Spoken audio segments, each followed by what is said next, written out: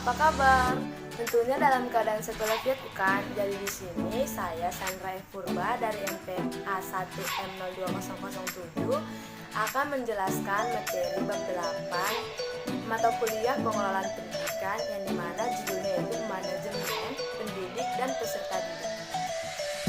Topik yang akan kita bahas yaitu manajemen pendidik, manajemen peserta didik, dan langkah-langkah perencanaan peserta didik. Yang pertama kita bahas yaitu manajemen pendidik, yang dimana manajemen pendidik merupakan suatu kegiatan merencanakan, mengelola dan mengorganisasikan, mengkomunikasikan sumber daya pendidikan agar dapat berjalan atau melaksanakan tugas dan tanggung jawabnya secara efektif dan efisien. Yang kedua yaitu tugasnya adalah merencanakan dan melaksanakan proses pembelajaran, dan kewajibannya yaitu menciptakan suasana pendidikan yang bermakna, mempunyai komitmen secara profesional dan memberi teladan dan menjaga nama baik lembaga, profesi, dan kedudukan sesuai dengan kepercayaan yang diberikan kepadanya.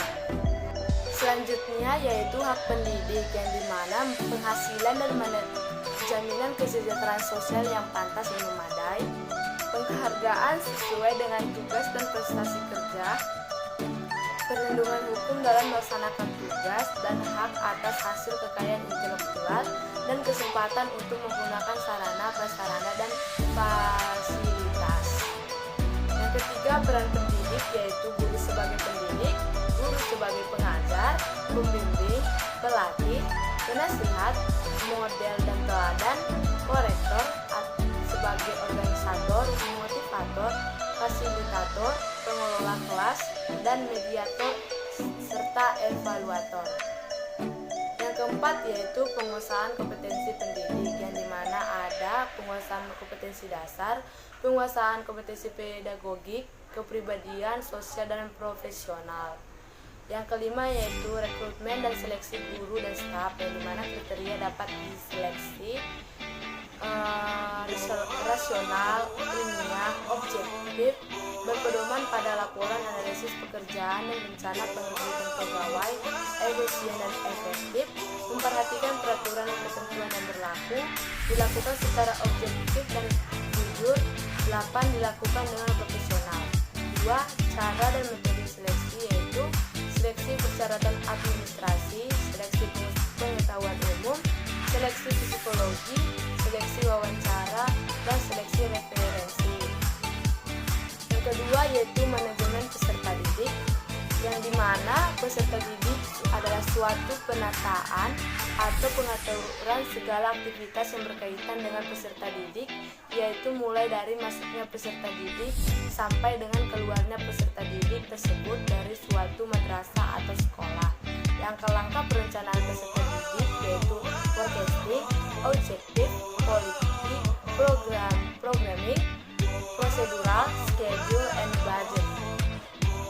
Yang ketiga yaitu kebijakan penerimaan peserta didik, yang dimana membuat aturan mengenai jumlah peserta didik yang dapat diterima suatu sekolah.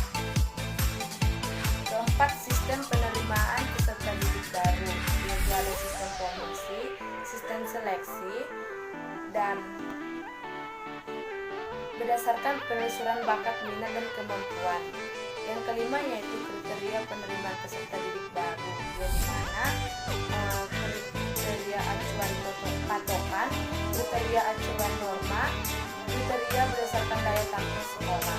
Yang keenam ada rekrutmen peserta didik, yang merupakan proses pencarian dan menentukan peserta didik yang nantinya akan menjadi peserta didik sekolah yang bersangkutan.